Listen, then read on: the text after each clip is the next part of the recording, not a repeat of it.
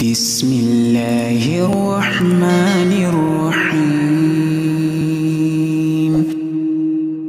Adakah doa yang dapat ditujukan kepada seseorang untuk dia membayar hutangnya pada kita?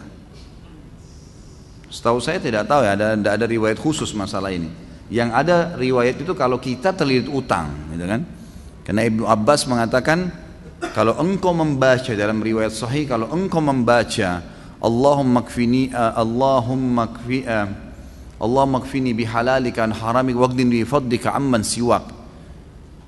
Allahumma kfini bihalalika an haramik, ya Allah cukupkanlah aku menikmati yang halalmu dan jauhkan aku dari yang haram.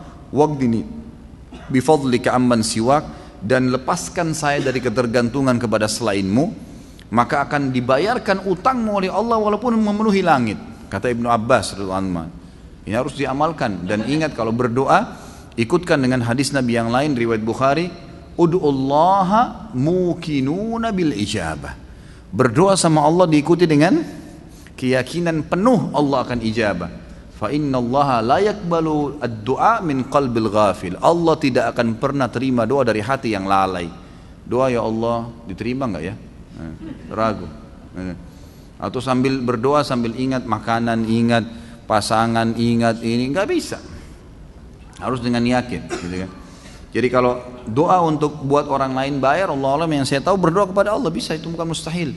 Pernah terjadi dalam sebuah riwayat yang sahih, Umar bin Khattab pada saat mengirim pasukan di perang Qadisiyah, menembus benteng-benteng Persia.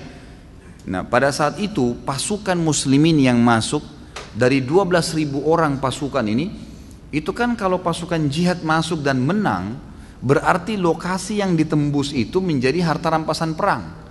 Jadi miliknya mereka, miliknya mujahid. Jumlah mereka kecil, wilayah Persia besar, gitu kan. Ini kalau dibagi ini luar biasa gitu. Maka waktu itu mereka sudah mau bagi, tapi sebelumnya minta saran Umar bin Khattab. Umar berpikir untuk apa, mujahid ini nggak butuh sebanyak ini.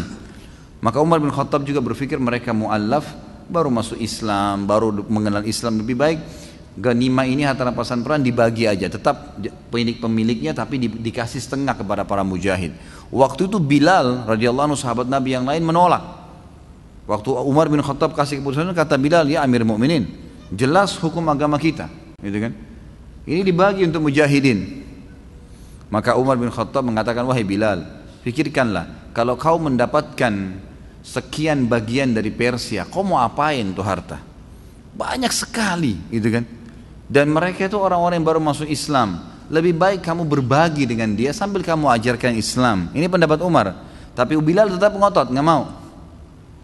Kata Umar, saya pun meminta tolong kepada Allah agar melunakkan hati Bilal melalui doa malam saya. Maka Umar bin Khattab sujud berdoa kepada Allah di salat malam. Ya Allah, lunakkanlah hati Bilal. Ya Allah, lunakkan, terus begitu. Kata Umar radhiyallahu anhu, pas tiba habis sholat subuh, Bilal datang kepada saya mengatakan, saya ridho kepada hukummu hai Amir Mu'minin, gitu kan? Jadi bukan mustahil berdoa, doakan ya Allah lunakkan hatinya supaya dia bisa membayar utangnya, gitu kan?